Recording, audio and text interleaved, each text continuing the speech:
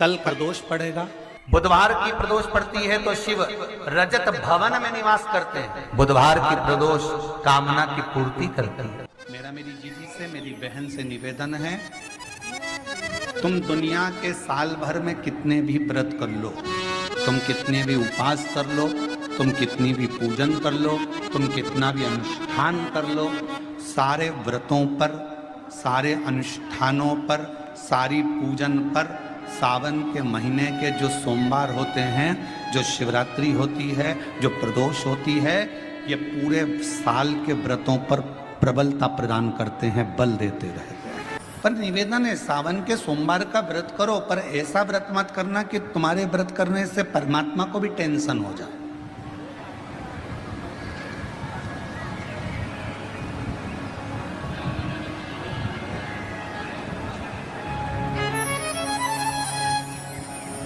कई माताएं व्रत कर लेती हैं, मेरा सावन का महीने में व्रत है, पूरा 1 महीना व्रत करूंगी, 1 लौंग खाऊंगी, 1 गिलास दूध लूंगी, इसके सिवाय कुछ नहीं लूंगी, 1 फल खाऊंगी, इसके सिवाय कुछ नहीं। बहू बेचारी बोल रही, मम्मी शुगर ऊपर नीचे हो जाएगी, तुम्हारा बीपी ऊंचा नीचा हो जाएगा, तुम तो खाओ पियो। अब आपको पूरे महीने भगवान शंकर की आराधना भी करना है, पूजन भी करना है, अर्चना भी करना है, जाप भी करना है, कथा भी सुनना है, मंदिर भी जाना है, और मालूम पड़ा ऊपर से तुम बीमार पड़ गए। बीमार पड़ गए तो क्या मंदिर जा पाओगे? जम के तो बोलो, नहीं। आराधना कर पाओगे? बैठकर भजन कर पाओगे? कथा सुन पाओगे? नहीं। इसलिए व्रत ऐसा करना जिस व्रत में तुमको भी टेंशन नहीं, तुम्हारे परिवार को भी टेंशन नहीं, और भगवान शंकर को भी टेंशन नहीं, किसी को चिंता नहीं, तुम्हारे व्रत करने से किसी को परेशानी नहीं। मालूम पड़े तुम भोजन का त्याग कर दो, इसका त्याग कर दो, उसका त्याग कर दो, सब चीजों का त्याग कर दो और बीमार पड़ जाओ, तो शिव महापुराण की कथा कहती है ऐसा तप, ऐसी साधना किसी की।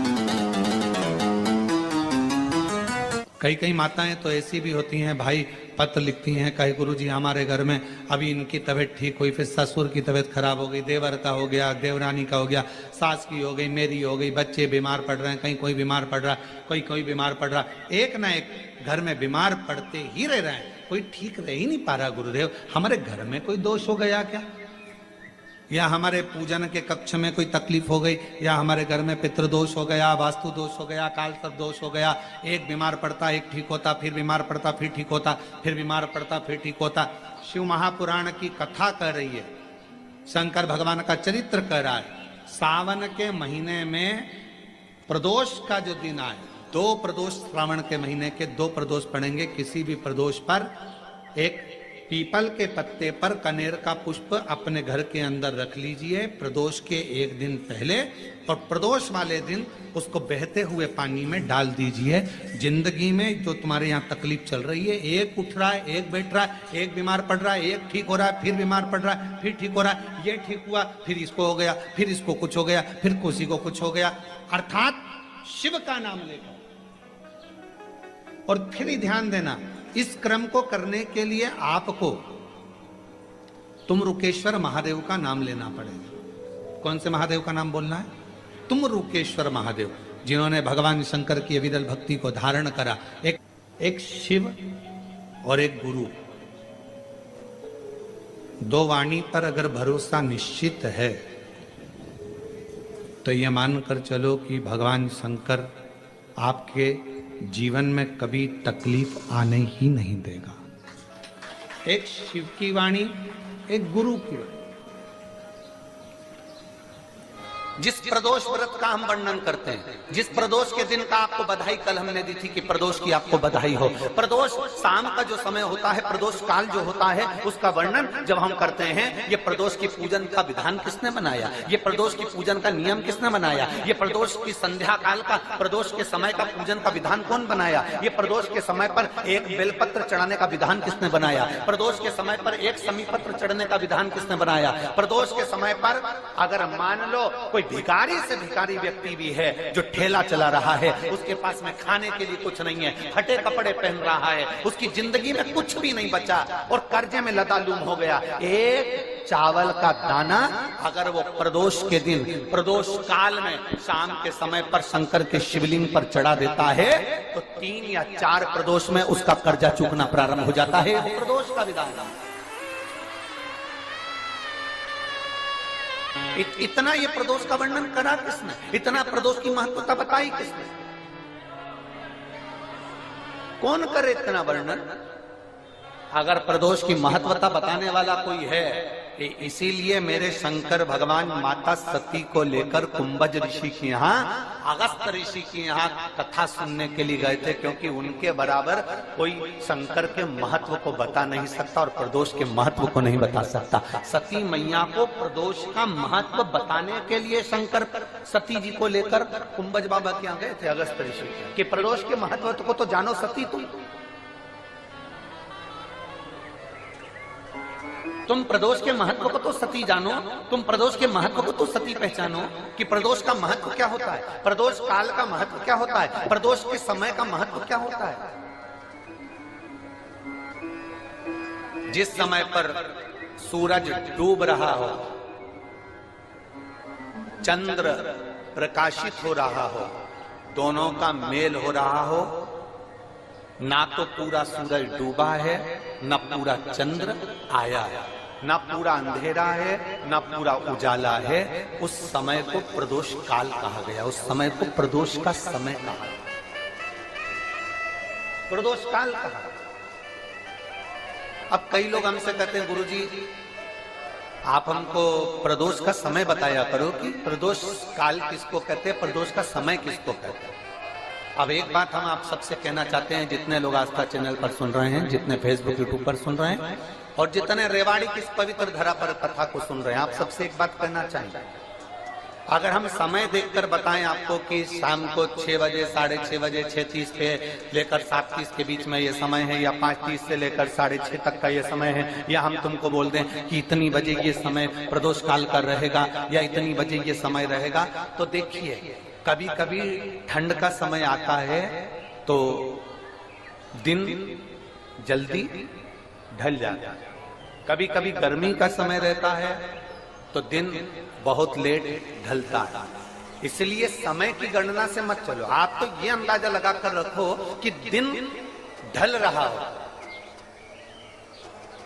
अंधेरा होना शुरू हो रहा, सूरज डूब रहा हो, चंद्र प्रकाशित हो रहा हो, अंधेरा अपना काम कर रहा है, सूरज ढलता जा रहा है, दिन कम होते चले जा रहा है और अंधेरा थोड़ा बढ़ते चले जा रहा है। इन दोनों का जो मिलन का समय हो, अब वो कितनी भी बजे, आप तो बस उसके मिलन का समय निकाल लो, वही समय प्रदोष काल कहलाता है, वही समय प्रदोष काल।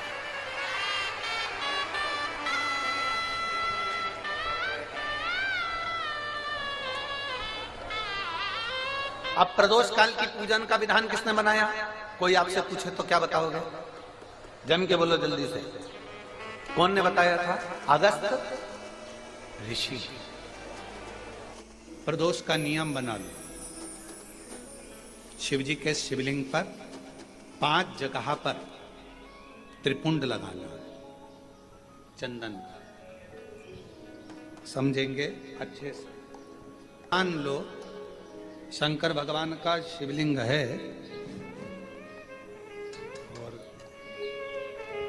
ये शिव जी का शिवलिंग है, ये जलाधारी है, तो ये गणेश जी का स्थान, कार्तिकेय का स्थान, बीच में अशोक सुंदरी का स्थान, शिव जी के ऊपर जो बूंद बूंद पानी जलाधारी में से टपकता है वो शिव जी की 5 लड़कियां, नाम बोलेंगे साथ में, जया, विषहरा, श्यामली बारी, दौतली, देव, शिव जी की 5 बेटियां।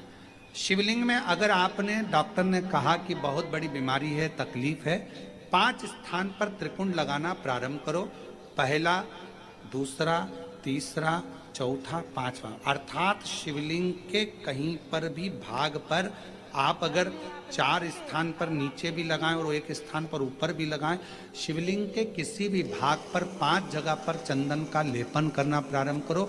उसी चंदन के भाग में से 5 जगह का नमः शिवाय बोलकर थोड़ा सा चंदन लेकर आइए, कंठ पर और वक्षस्थल अर्थात हृदय पर उसको लगाना प्रारंभ करो। धीरे धीरे धीरे धीरे रोग कंट्रोल में आएगा और दुख मिटना प्रारंभ हो जाएगा। दुख मिटेगा। शिव जी के पंचानंद मुख से पंचाक्षर मंत्र प्रगटा है। कौन सा मंत्र है? सब बोलिए, नमः नमः। राम जी तक अगर तुमको तुम्हारी पूजन पहुंचाना है, भगवान कृष्ण तक तुम्हें अपनी कोई पूजन पहुंचाना है, देवी जी तक तुम्हें कोई पूजन पहुंचाना है, बृहस्पति महाराज, नवग्रह, राहु, केतु, चंद्र, सूर्य, बुध, मंगल, जो भी ग्रह हैं, शनि आदि, उन तक तुम्हें अपनी पूजन पहुंचाना है। अपनी कुल देवी, कुल देवता, पितर देवता, जितने भी देवी देवता हैं, उन तक अगर आपको कोई पूजन पहुंचाना है तो किसकी पूजन करेंगे? तो कहा शंकर भगवान की अगर किसी ने पूजन कर ली तो 33 कोटि देवता तक वो पूजन पहुंच जाए। फिर वो पूजन 33 कोटि देवता तक पहुंच जाएगी। ये जितने भी देव हैं, जितने भी देवता हैं, जितनी भी देवियां हैं, जितने भी देव आदि हैं, चाहे वो पितर देव हों, चाहे कुल देव हों, चाहे वो कुल देवी हो, और जितने भी देवी देवता हैं, ये वृक्ष की पत्तियां, फूल और फल हैं। और मेरा देवाधिदेव महादेव इस वृक्ष की जड़ है। जड़ को पूज लोगे तो सारे वृक्ष के अपने आप पूरी पत्तियों को, पूरे फल को, पूरी पुष्प को पूज दिया। किसी ने कहा आपको केतु लग गया, किसी ने कहा आपको मंगल लग गया, किसी ने कहा आपको बुध लग गया, किसी ने कहा आपको शुक्र लग गया, शनि लग गया। और शिव महापुराण की कथा में रुद्रखंड कह रहा,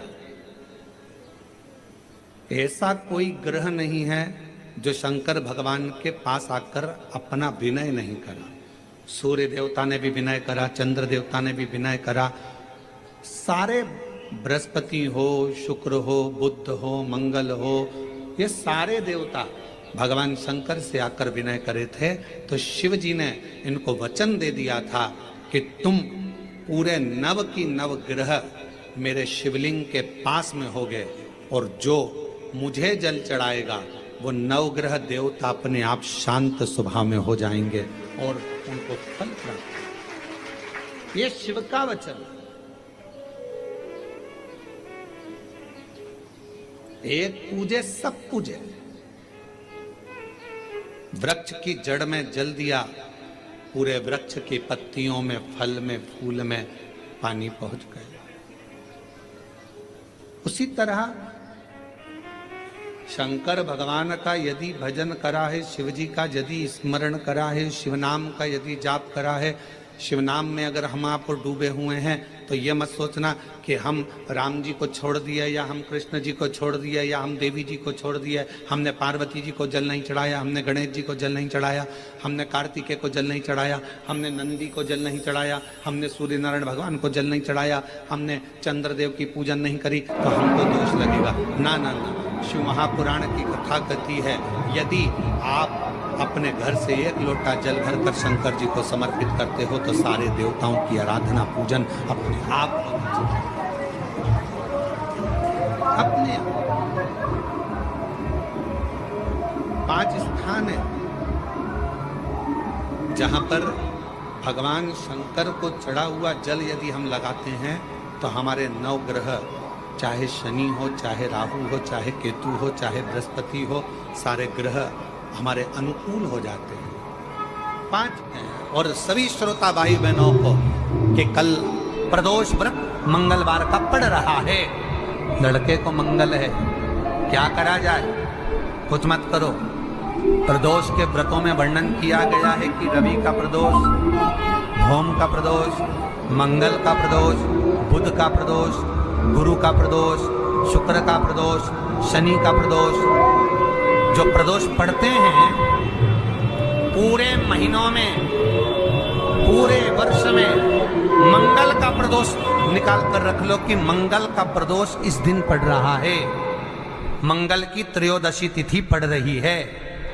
और जिन लड़का लड़की को मंगल होते हैं, जिन कन्या और वर को मंगल होते हैं, केवल शंकर भगवान के मंदिर में जाकर चौमुखी दिया, 4 बत्ती का दिया आटे का, उसमें घी डालकर लड़की शंकर भगवान के मंदिर में मात्र 7 बार शंकर पे से उतार कर 3 बार स्वतः उतार कर शिव के मंदिर में रख देती है। उसका मंगल आड़े आता ही नहीं है, मंगल नहीं आता संग। मंगल प्रदोष व्रत का इतना महत्व है महाराज।